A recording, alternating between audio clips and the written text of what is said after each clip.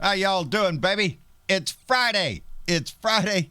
Thank goodness it's Friday. The weekend's coming, baby. We could use a little relaxation. And you know the old saying around here, baby, it's Beer and Bud Friday. So get the beer off the ice and put the bud in the bowl. Today, whoa, I don't have any beer. I'm out of beer. I didn't make it to the store in time, so I'm going with a little bourbon and bud today. Whoo! Watch it with this stuff. Little Knob Creek 100 proof from my good friend Chris Kloss up in Massachusetts. Indeed, buddy, the only thing good bourbon needs is ice. That is smooth. Ooh, you got to watch it, though. Anyway, drink up with your preferred beverage there. Stuff that bud in the bowl or whatever preferred smoking material you may pleasure. And spark it up, baby. Try to relax. Try to ease into a good weekend. Hopefully the sun is shining on you. It's shining down here in South Texas. And I hope the sun is shining on your heart, baby. Anyway, what's going on? Well, I'm glad you asked. You know, yesterday was the deadline for the subpoenas that the January 6th committee put out. You know, to Mark Meadows, Steve Bannon, and et al., the rat pack there. And now, according to Benny Thompson and Liz Cheney, Mark Meadows and Kash Patel are so far engaging with the committee. Now, I don't know what that means, engaging. They had a subpoena. Are you going to honor the subpoena or no? That's the basic question. On that note, well, we already got an answer from Steve Bannon, baby. That other guy, they're still trying to chase him down, though. Scanillo or whatever his name is. Oh, that's good bourbon. Anyway, Steve Bannon came out. He put out his notice there, baby. I ain't going to give y'all shit. He's not going to give you any documents. He's not going to testify because he's claiming executive privilege.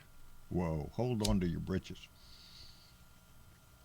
To quote Steve Bannon, he said we must accept, or I'm sorry, he says the executive privilege belongs to Trump. No, it doesn't. He's not president anymore. Executive privilege doesn't count for his ass. And anyway, he said we must accept his direction. And Trump already put his lawyers out there telling all these bozos, don't be going to give the information up. It's executive privilege. Yeah. We're going to see. But right now, Steve Bannon is defying a congressional subpoena.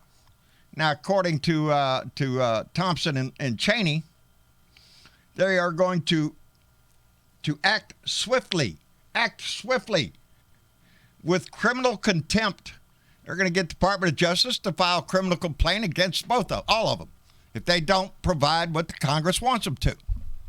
You know, this is just really getting to be a pissing contest here. He cannot, the thing that, let me get my, Bannon says, until these matters are solved, he's not going to do anything. We got to solve these matters of executive privilege. Okay, let's do that. First, let's arrest your ass, put you in prison until you decide to comply with the subpoena. That'd be the first damn step. But the center of this conversation was Steve Bannon. Steve Bannon was fired from his position in the White House in 2017, baby. 2017. He don't get no privileged conversation with the president. His ass is out there by himself. He can't go seeking no harm. No cover with Donnie over there. Donnie does not hold executive privilege. As a matter of fact, Trump had requested that the National Archives withhold documents on January 6th from the committee. You know, White House documents, everything that went on in the White House is recorded. Well, that's done that's kept in the National Archives. And today, to quote the headline, Biden rejects Trump's request to withhold records related to January 6th. Donnie asked for it. Donnie's out there pleading, no, don't release these documents. And Joe Biden, the guy that does control executive privilege, said kiss off and release those documents. So I imagine the January 6th committee is fixing to get a whole shitload of documents from the White House about what exactly happened on January 6th in the days leading up to it. Because Steve Bannon's in this role all the way back to December. And again, he's not an advisor to the president. He's just a friend. That's it. Just a friend of his. And he is telling Donnie Bannon is telling Donnie back in December to make plans and focus on January 6th. This is December. This is after the election, baby. We know who won. Joe Biden won. But Steve Bannon's telling Donnie boy, get ready. Focus on January 6th. That's where the big parade's going to be.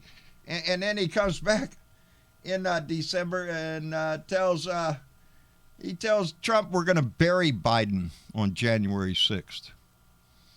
So it seems like Steve Bannon there had plenty of conversations with the president, and it all appears to be a conspiracy to overthrow the government on January 6th, and that's exactly what the committee is looking into. So what's the deal, baby? Here's what's up. This is what's bugging me and a lot of other people. Is what the hell are we doing? Either we have laws or we don't have laws. Either a subpoena has power or it doesn't. And so far, Donnie boy, Donnie the dictator there and his crew, they've eluded that. The last case took 2 years to get the White House to what's his name? Shit, I ain't going to remember. To get to deposition. We can't take that time. We ain't got that time. So this is going to be a test, and all of the American people are watching, baby. What's going to happen? Do these subpoenas have power? Are they going to be able to compel people to testify in front of Congress? Because if not, we're just pissing in the wind, baby. We're not doing anything.